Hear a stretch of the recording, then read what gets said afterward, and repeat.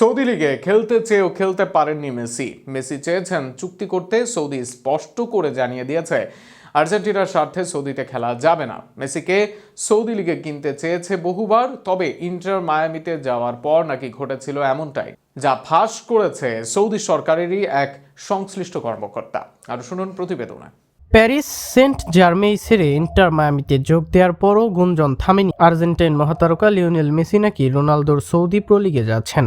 এবার জানা গেল সেই গুঞ্জনের পেছনে সত্যতা ছিলই। মেসি নিজেই সৌদি আরবে খেলার আগ্রহ প্রকাশ করেছিলেন, তবে দেশটির ক্রীড়া মন্ত্রণালয়ই সেই প্রস্তাব নাকচ করে দেয়। ফরাসি সংবাদ সংস্থা এএফপি জানায়, সৌদি আরবে এক শীর্ষ ফুটবল কর্মকর্তা বিষয়টি নিশ্চিত করেছেন। তার ভাষায় 2026 বিশ্বকাপের আগে মেজর লিগ সকারের 4 মাসের বিরতিতে ফিট থাকতে সৌদি আরবে খেলতে চেয়েছিলেন মেসি।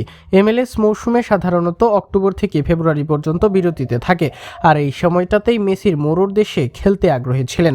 মাহদ স্পোর্টস একাডেমির সিইও আব্দুল্লাহ হাম্মাদ এক পডকাস্টে বলেন, গত ক্লাব বিশ্বকাপের সময় মেসির দল আমার সঙ্গে যোগাযোগ করেছিল। তারা সৌদি আরবে খেলার সুযোগ চেয়েছিল, যাতে তিনি ফিট থেকে 2026 বিশ্বকাপের জন্য প্রস্তুতি নিতে পারে। ডেভিড ব্যাকহামও এই সময় একইভাবে LA গ্যালাক্সি থেকে AC মিলানে খেলেছিলেন, তবে সেই প্রস্তাব শেষ পর্যন্ত অনুমোদন দেয়নি সৌদি কর্তৃপক্ষ। হাম্মাদের ভাষায়, আমি বিষয়টিকে ক্রীড়ামন্ত্রীকে জানিয়েছিলাম, কিন্তু তিনি সরাসরি প্রত্যাখ্যান করেন। মন্ত্রী স্পষ্ট বলেছেন, সৌদি লীগ কোনো ফুটবলারদের প্রস্তুতির মঞ্চ হিসেবে কাজ করবে না। এর মাধ্যমে এক প্রকার বার্তাই দিয়েছেন সৌদি আরব তাদের লিগে শুধুমাত্র সুযোগ সন্ধানী খেলোয়াড়দের জন্যই